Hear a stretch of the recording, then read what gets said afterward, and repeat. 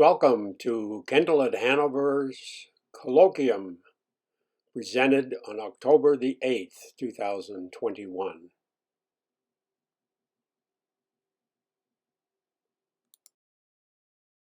People have so many different ways of identifying and thinking of themselves, and Len Cadwallader is, in his being and professional life, a Quaker.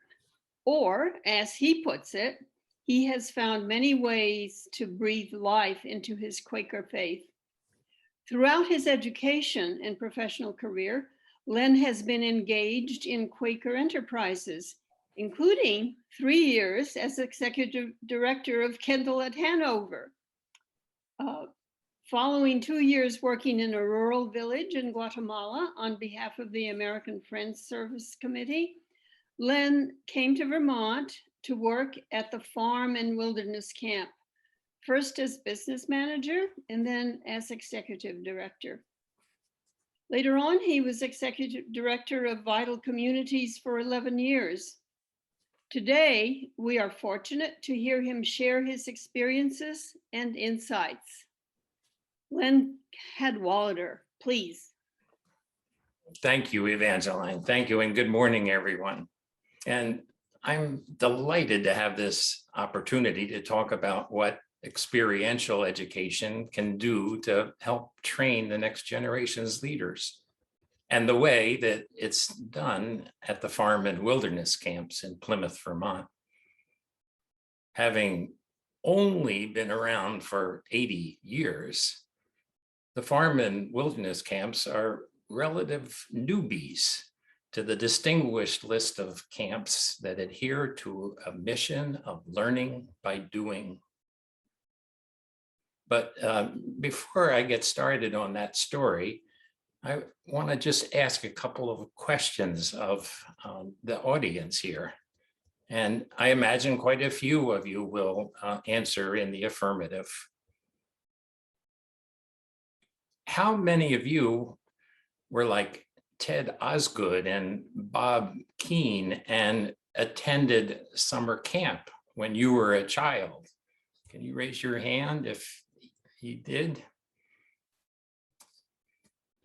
How many oh, quite a few hands, yes. How many of you are like Bob Belenke and Marianne Cadwallader and have worked as a counselor at a summer camp? More hands?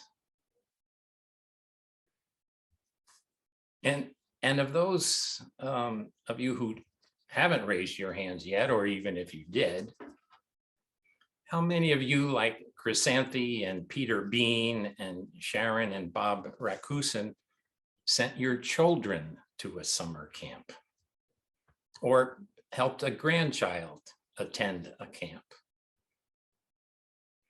It's a little hard for all of us to see on Zoom just how many of the rest of us did respond in the affirmative to my questions, but I'm quite sure that it was a lot of you who were involved in one way or another in the camping movement.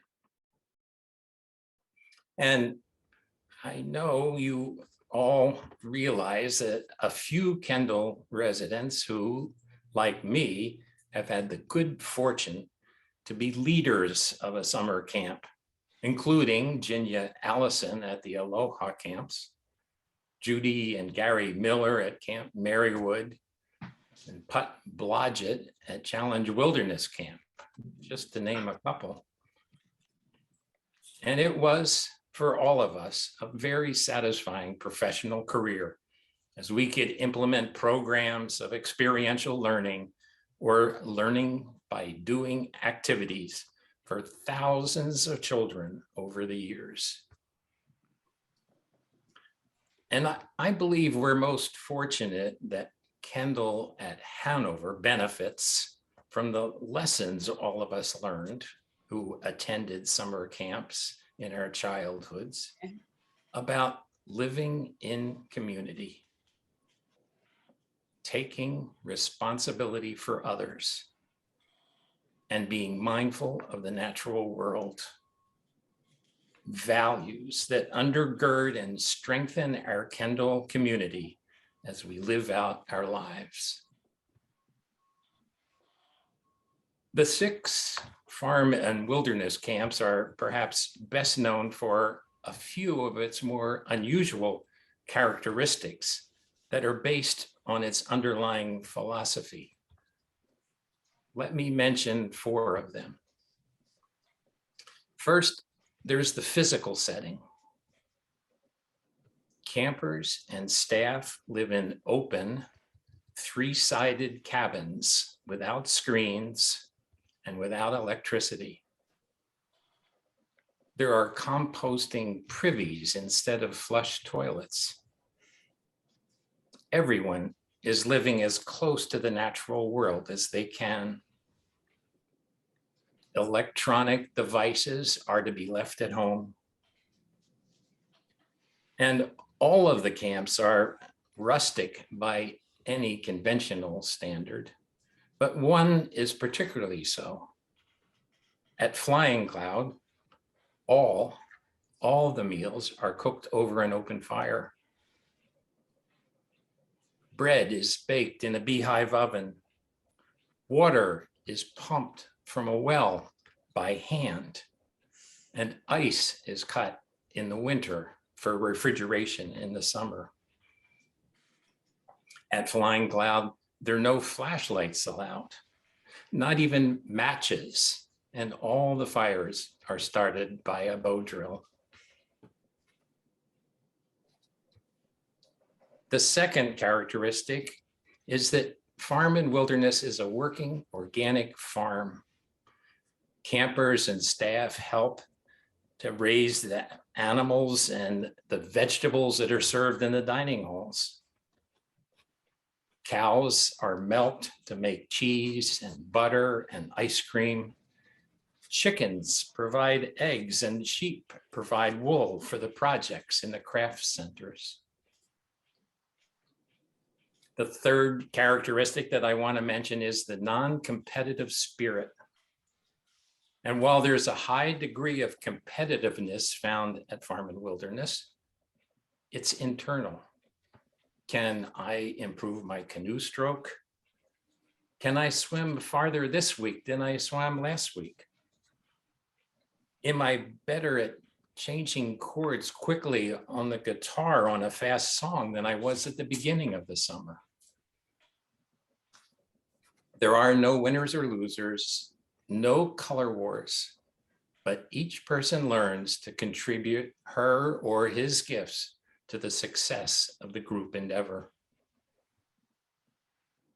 The fourth and last characteristic I want to draw to your attention is what I call camping from the neck up. Campers and staff have a chance to broaden their horizons by learning about different societal and political issues through discussions held each week. Campers' opinions are listened to and respected.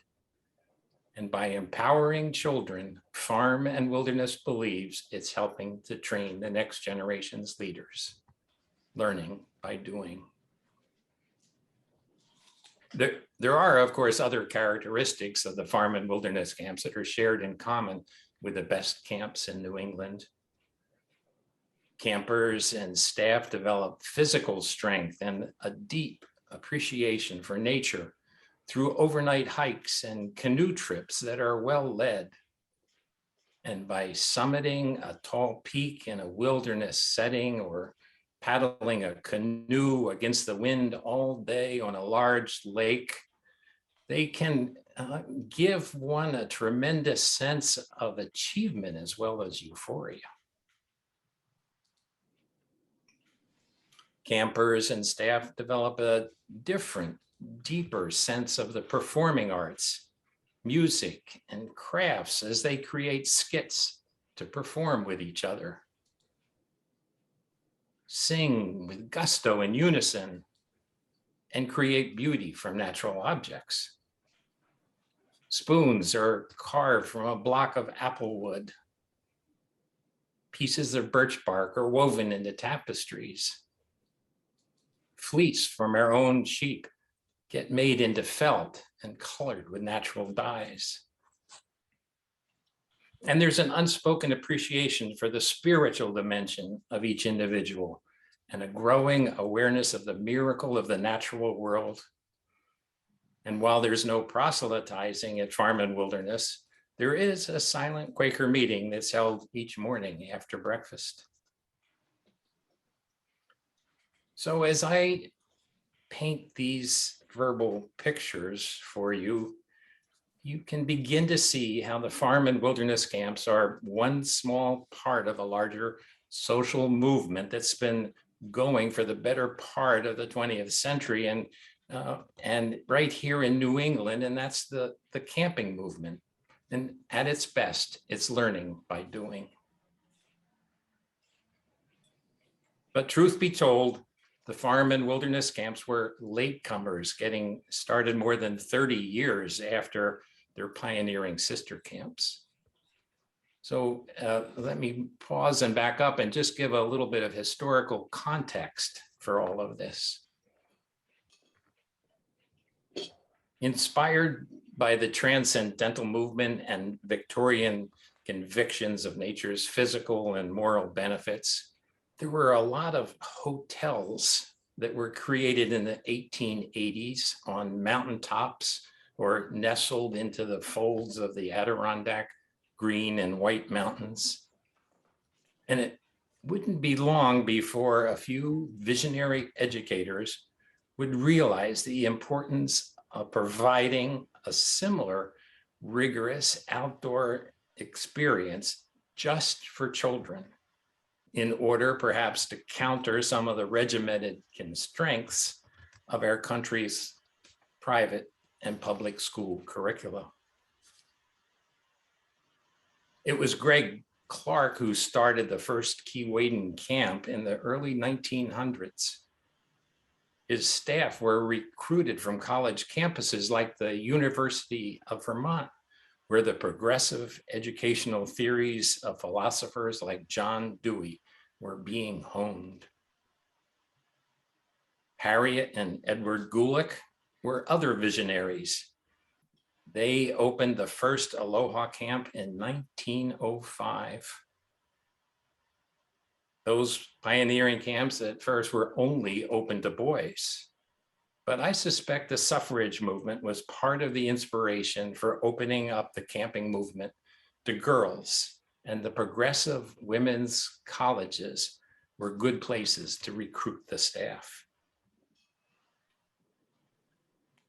These camps, from the infancy of the camping movement, were the pioneers of hands-on learning and experiential education.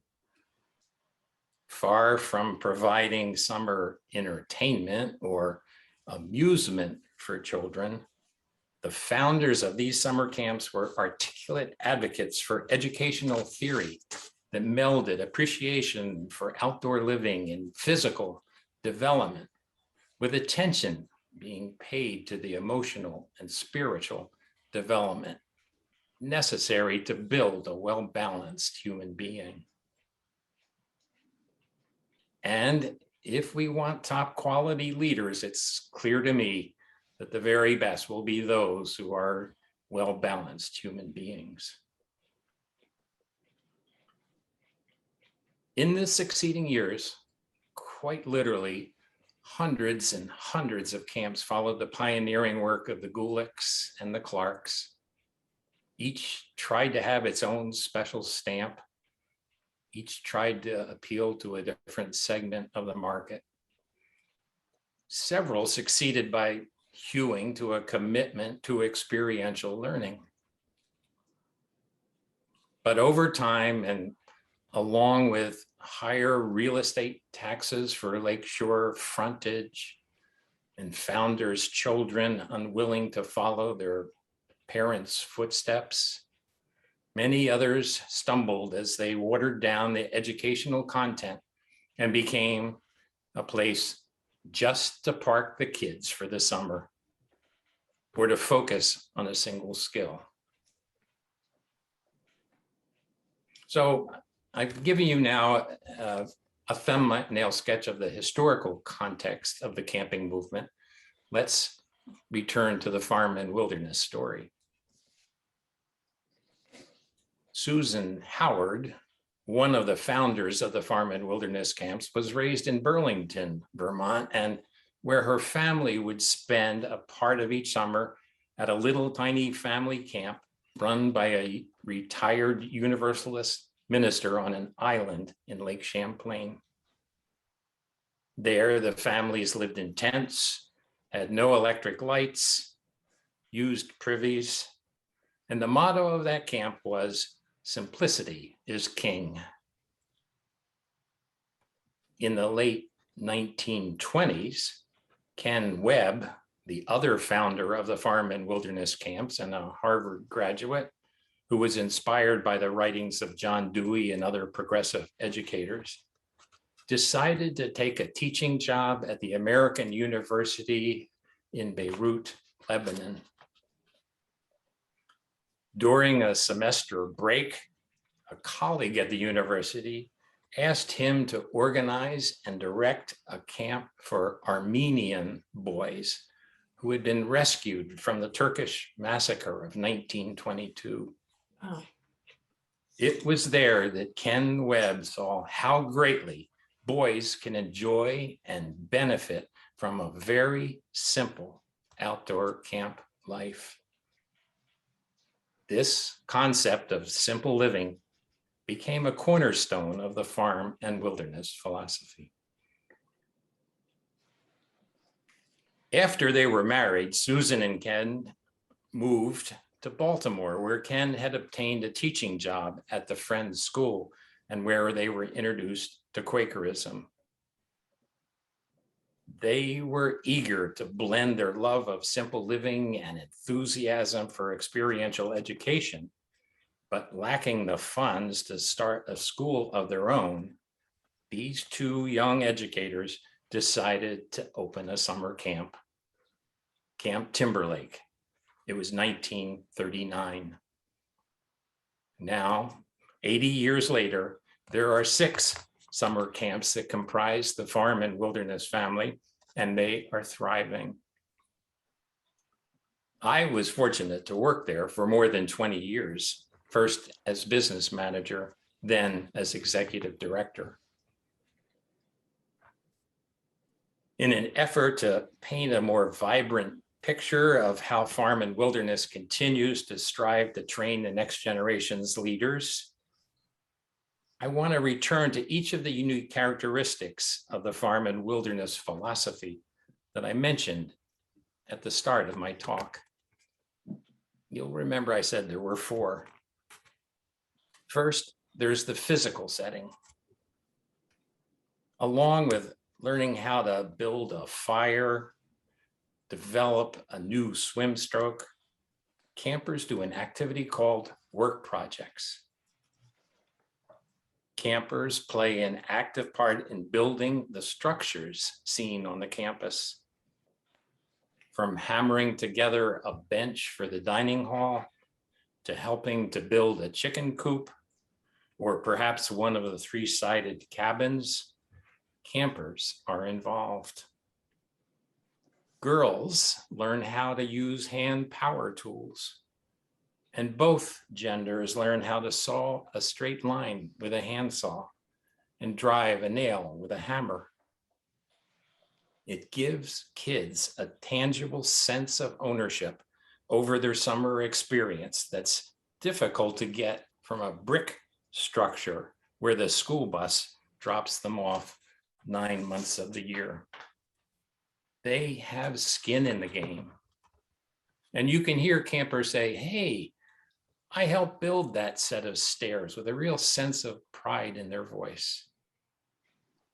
And of course, for this concept to work, the structures have to be simple, and they are. And a sense of belonging follows from that sense of ownership, which makes the other challenging opportunities to which they're introduced that much easier to accept and absorb. The second characteristic is that Farm and Wilderness is a working organic farm. Along with work projects, campers share the responsibility of raising some of the food they eat.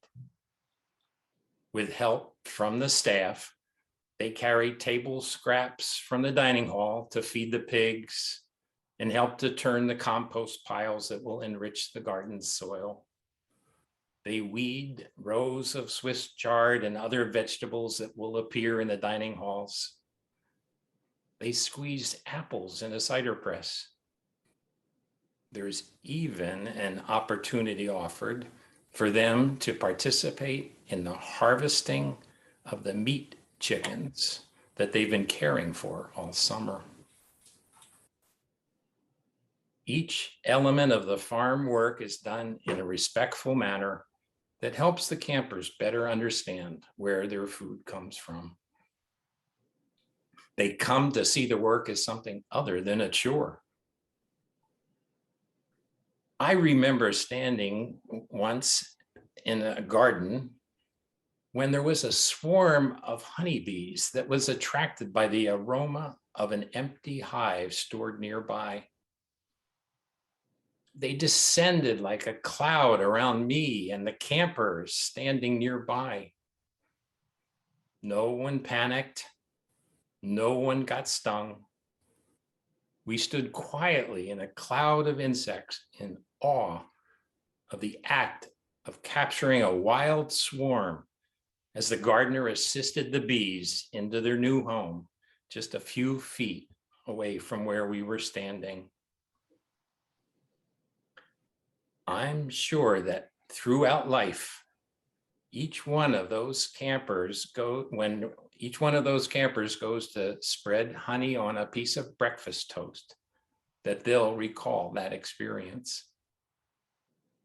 And so I think it will be for each camper who churned cream to make ice cream in one of our hand crank ice cream makers, or plucked a still warm egg from under one of our layer hens. Learning by doing.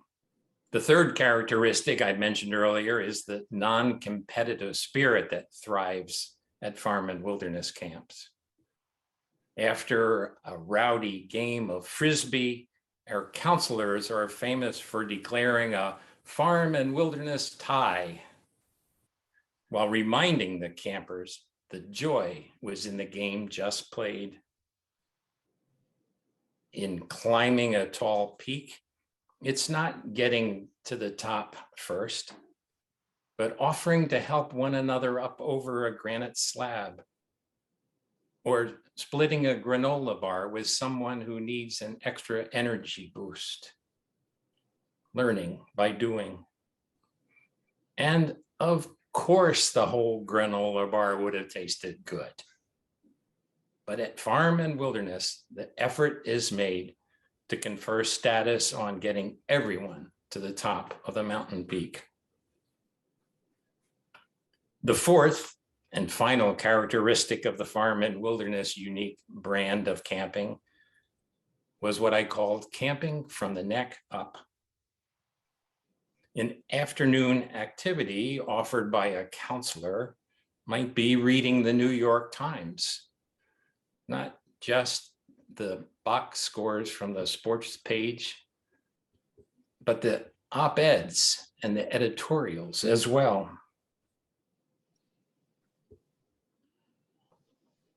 The current issues of immigration, power sharing, and gender equity are explored in a relaxed atmosphere. Through discussions that happened around the issue of cultural appropriation, the administration itself came to realize that it had been guilty of doing just that with respect to some of the Native American traditions. And just like at Dartmouth, where some of the alumni loved and were fiercely loyal to some of the so-called Indian lore, the farm and wilderness camps have shifted away. In the 1990s, when the US and USSR were in the process of negotiating a nuclear non-proliferation treaty, someone got the idea that we could organize a peace march to demonstrate in a symbolic way our support for our nation's leaders at the talks underway in Washington and Moscow. No one, neither campers nor staff, was obliged to participate, and alternative activities were organized and scheduled. When the day came, we walked the 2 miles around the lake, and I think the physical activity helped those who participated consider just how important the issue of world peace was to her or to him.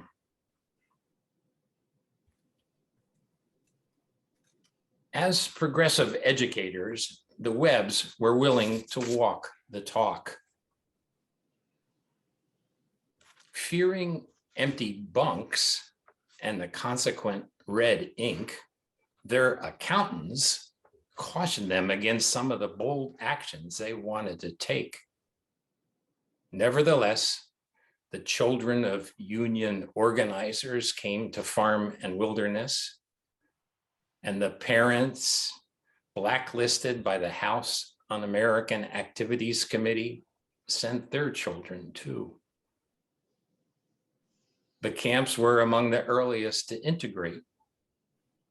In the mid-60s, at the height of the civil rights movement, the Webbs traveled throughout the South and awarded camperships to the children of a number of civil rights activists. Children of Black leaders and their white allies came to the Green Mountains, where they gained respite from the intensity of the campaigns for civil and equal rights. Malcolm X and Betty Shabazz sent their daughters, as did the Abernathy and Young families, to name a few. Susan and Ken Webb believed the families that comprised the majority of their clientele would understand their motives, and they were vindicated with full enrollment year after year. Of course, it wasn't always smooth sailing for the Webbs. No business endeavor ever is. Heavy snow one winter caused 3 newly built cabins to collapse. And the attempt to start another camp at a location far removed from the core operation in Vermont nearly drove the shoestring business into bankruptcy. Here's the backstory for that one. After many years without a vacation, some friends convinced the Webbs to take a vacation in the British Virgin Islands. They were taken by the beauty of the islands and were inspired to start another primitive camp. With the warm Caribbean breezes blowing over them, campers and staff could sleep on platforms under the stars. Meals could be cooked over an open fire. With almost no infrastructure expenses to incur, as the operation started, it felt like a no-brainer to a couple of dreamers. Voila! Another rustic camp in an idyllic setting, a marketer's dream. They leased a plot of land on Virgin Gorda from a native islander, and from its inception, Camp Seaforth was a disaster. There was no drinking water nor any way to drill a well, and so bottled water had to arrive by boat from a distant harbor at great expense. While resorts and private villas on the island could spray their buildings to keep the spiders and mosquitoes at bay, alas, each tropical breeze dissipated the spray around the sleeping platforms in a matter of minutes. And while campers and staff had fun snorkeling in the emerald waters, the skin rashes and bug bites, well, enough said. None of Susan and Ken's children wanted to take over the business when they were ready to retire. And so a nonprofit corporation was established in the early 70s by a core of loyal alumni, to purchase the land and the camp operation. While this transaction gave the Webbs the retirement pension they deserved, the actual legal process of converting a sole proprietorship to a nonprofit entity was an entirely new, untrodden legal landscape. Unwittingly, mistakes were made, and the transition was costly. And let's be honest, in the eyes of many, it was just a summer camp. But it was a business too, with tuition to collect and staff to pay and buildings to maintain. And the business operation the board of directors bought was still paying down the debts incurred from the Caribbean debacle. Miraculously, the farm and wilderness camps pulled through. That transition from sole proprietorship to nonprofit organization emerged with a strong, effective governing board of directors and the founders receiving an annual pension that they had sacrificed in the 60s to honor their values that I mentioned earlier that undergirded the educational vision. And here's another story that reflects the enduring strength of the farm and wilderness camps. 4 of the 6 farm and wilderness camps are situated on a 100-acre lake in a tight fold of the Green Mountains.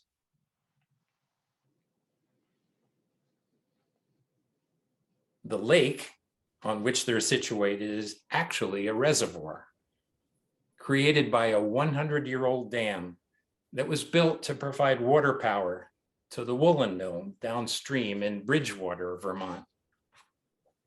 Historically, the woolen mill would lower the water in the course of a dry summer and fall seasons. When the woolen mill closed, the Webbs purchased the dam from the mill, and knowing the dam was old, would continue the practice of lowering the water in the fall to absorb the spring runoff. And the newly minted board of directors had bought the dam and the flowage rights when they purchased the farm and wilderness camps. They had barely taken the reins from Susan and Ken when the state of Vermont made a routine inspection of the dam and declared it unsafe. But the alumni rallied to the cry for help from the new board of directors, and the dam was replaced at considerable expense. It was an exhausting ordeal for the young nonprofit organization to undertake such a momentous project, and it left the farm and wilderness camps in a dangerously precarious financial situation. But here's the silver lining. Just 15 miles away, Vermont's largest ski area was in desperate need of water to make snow. Through careful negotiations, the new board of directors forged an agreement with Killington to use the water released each fall to make snow to cover their slopes. The funds received from the sale of water are given to economically disadvantaged families in the form of camperships, so their children can benefit from the educational experience of learning by doing that would otherwise be limited to families with greater means. I've mentioned how Farm and Wilderness strives to train the next generation's leaders, but haven't said much about how that is applied in the learning by doing mode. So let me give you another verbal picture. The coeducational camp for 15 to 17-year-olds has some bedrock rules that include no drugs and no alcohol. The rest of the governance is largely given over to the campers who use a weekly town meeting format to run the place. The clerk's table a moderator, a secretary, and 2 observers, rotates every week with a different team of leaders. The week before they assume their roles, they meet with the camp directors to talk about the current issues surfacing at the camp and discuss how to address them. They also receive training on consensus decision-making, note-taking, motion building, and how to moderate a discussion. If a camper or campers break a bedrock rule, smoking marijuana, for example, a special town meeting is called to determine what the punishment should be. Both the campers and staff have a chance to speak on behalf of the camper. Also, to state how the community's trust had been broken. The town meeting determines what the punishment will be. It is a remarkably poignant example of restorative justice in action. The farm and wilderness camps didn't open in 2020 due to the pandemic.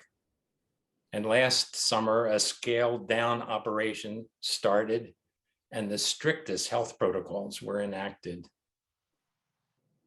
Who knows just what the future holds with new virus strains possibly to emerge in the years ahead. But that's just one of the challenges facing the camping movement in general. Meeting the demands of a more risk-conscious society is another. A third is the changing school year calendar that predictably will mean shorter summer school vacation interludes. But the benefits accruing from an outdoor education experience, free from electronics, and where young people can live out the values they've received from their families without the parents hovering over their shoulders, far outweigh the risks. It will be interesting to see what unfolds for our grandchildren and our great-grandchildren. I've arranged for a short video of 9 minutes, and if the gremlins back at Zoom don't interfere, I'm going to pull it up and share my screen so that you can watch it. Then we'll come back together if you have any questions or comments. I want you guys to all notice this little teepee at the base of this about to be gigantic fire. Remember this tomorrow night when this is all burning, how small it started.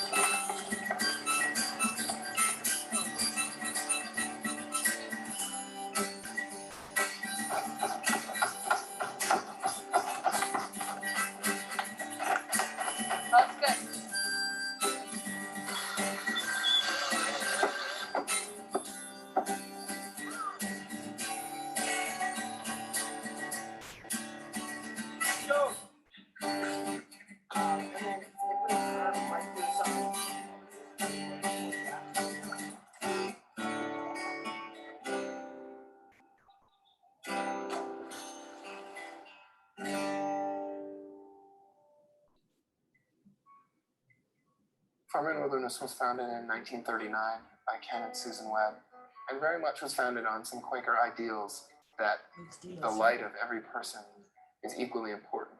And as the world around us changes, we change as well, but very much stay focused on a simple lifestyle, on the value of people working together and the growth of a community as a set of individuals. The educational principles that hold farm and wilderness together and have really been consistent over these last 60 years can best be clumped together in terms of some themes. And those themes are connection to the land, whether that's wilderness travel or organic farming. When you buy things at the supermarket, you just buy things at the supermarket. You don't know where they came from or anything like that. But here you know where everything came from, and it all grows. It's funny, it all grows from the earth. And then when it dies, it all goes back to the earth, and then it all grows from the earth again. Living in community and the opportunities to grow in relation to other people. The community here is pretty amazing, and there's definitely a special magic to the place that stays with you much longer than the physical objects that you can craft.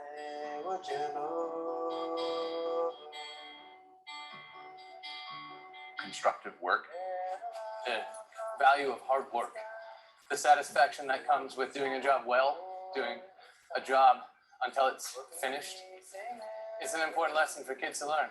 I think that there's great satisfaction in that. You walk around camp and there's things that you see and it's like, I made that or I did that, and there's a real sense of ownership for the place. You guys did an awesome job today. Nice work. And life of the spirit. I think of silent meeting as a second rest time where you can just relax and think about where you are and just look around. Being able to sit together and be silent is incredible. Creates this great web of thoughts. Having that time to think and that time to yourself, I think that's missed a lot in the world.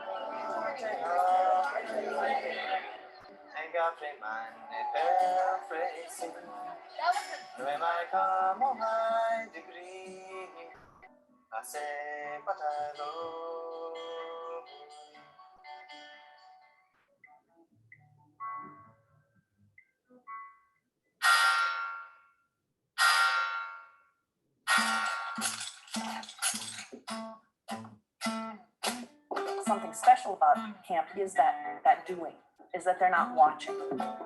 They're not listening to music, they're making their music, and that's just,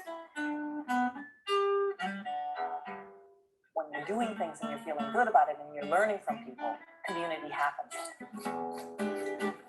The first couple of weeks of camp, campers are definitely going to activities that counselors are offering. And then towards the end of the summer, campers will be saying what they want to do, and counselors will jump right in and say, I can do that with you. 1, 2, 3, go! It is so exciting when you come here and figure out that you have so many choices, so many activities, so many things to do. It's just amazing. It's really representative of how we're just a big group of friends here. Because you can get up in front of your friends and lead any activity you want, and it's fabulous. Farm and Wilderness consists of 5 overnight camps and a day camp. One of the wonderful things with the 5 residential camps is that they cover also a broad spectrum of ages and desired experiences in programming. Timberlake is a camp for all boys between the ages of 9 and 14. I heard you guys sing this song really well. I know. You guys. Timberlake is a place where kids get to explore their dreams. The new experiences, it's why I come. I try to base my life here around it. Just trying anything you can new, and I just feel like I can conquer anything now. And there's Indian Brook, which is the 9 to 14-year-old girls camp. Coming to a place where girlhood and womanhood is just completely celebrated and constantly being affirmed as being awesome, it helps. And it's nice to have that support through those formative years.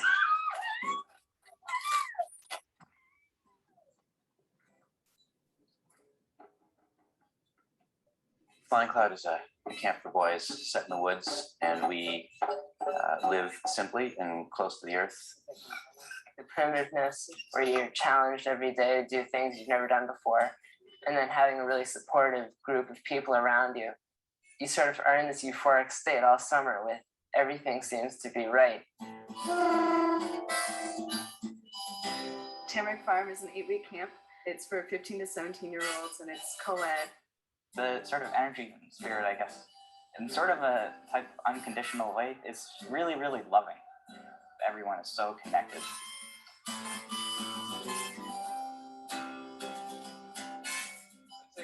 Saltash Mountain is a tripping camp for 11 to 14-year-olds, for girls and boys. Have a great time! Tripping really is the medium we use for community building and for adolescents to learn to live together. I knew 12 miles was going to be hard, but I came back and I was like, oh, we did it. So it's really great to have that feeling of accomplishment. It's about the journey and not the destination. And we're up.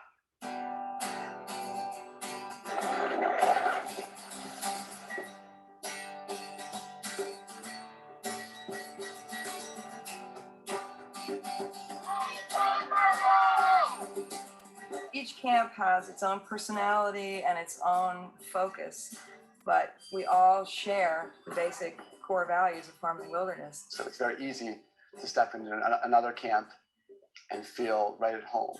We're all part of the same family. It's like a vacation for kids. There's only 1 out of a million places like that, so this is one of them. This place teaches kids the strength of a community can overcome any problem, and the lessons you learn here and the fun you have, it's better than anywhere else I've ever been to.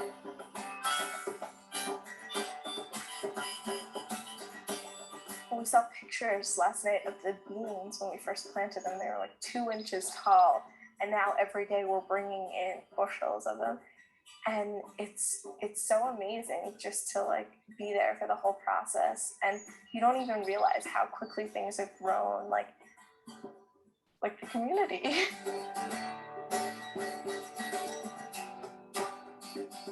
It is so great to be in this community.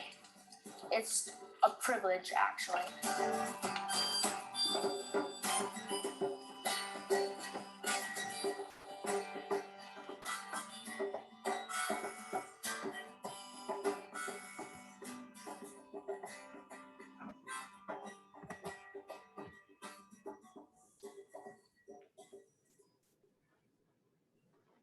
So thank you for spending the morning with me, and I hope you've got a picture of what outdoor education is like through the lens of the farm and wilderness camps.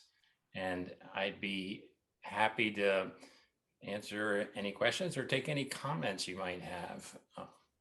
And just unmute yourself. Bob Rakusin, I see you. Can you unmute yourself? Yes.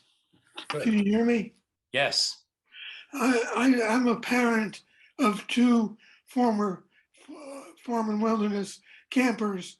Both my children went from age 9 through 18.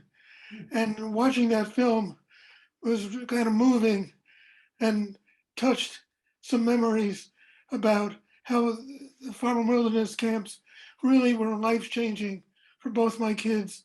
And I think it was just a wonderful, wonderful experience. So I thank you for making it available to other people.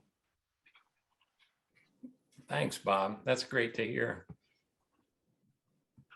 Yeah, Larry Delos here, Len. I have to say that like Bob, I've been deeply influenced by farm and wilderness. In fact, since the age of 16, I've known about F&W and been influenced by the values that you've taught, that were taught there deeply. My entire life was affected by that. Some of our very closest friends were campers there or administrators. And my son, in fact, who I was pleased to see, showed up in that little video for a moment or two, as long as a couple of other folks that I think I recognized. So I have to say, hi, Sharon. I have to say that was a terrific summary and background to an institution that I've known about and been influenced by for so long. And thank you so much for doing that, and for your commitment and really significant leadership for so many years there at F&W, Len. Thank you. Well, then, you know, when our son was counselor in Timberlake, many years, we visited a lot.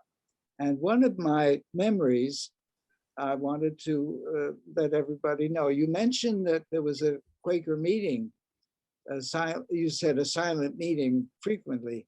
And I remember vividly the children ministering.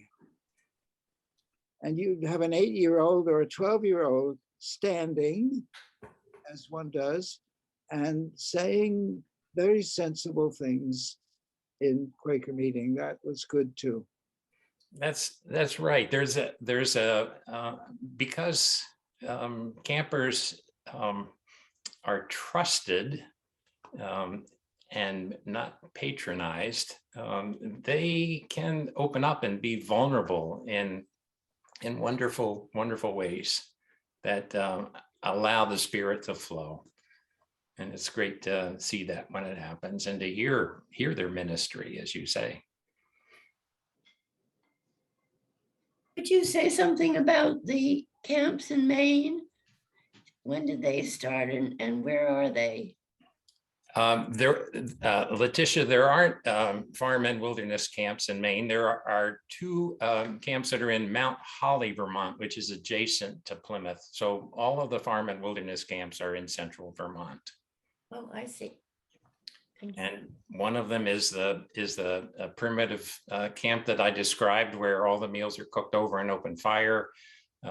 Bread is baked in a beehive oven, and the other one is the tripping camp that focuses on hikes in the Green, White, and Adirondack Mountains. Well, thank you all for coming. And before we adjourn, let me say that I'm grateful to the Colloquium for inviting me to talk about farm and wilderness. The Colloquium is just another example of how our community here at Kendall is bound together by sharing with each other the gifts and experiences that we've had. And I want to turn to Evangeline, who will tell us about next month's Colloquium program. Thank you so much, Len, for that very inspiring and I have to say joyful presentation. It was a great pleasure. Next month, we are going to hear, I think, probably more serious but important words from George Roop, a very new resident of Kendall. And his presentation will be called, at this point, 8 Decades, a look at challenges ahead. And I hope you will join us the second Friday of November. Thanks, everyone. I'm going to leave and close the meeting now.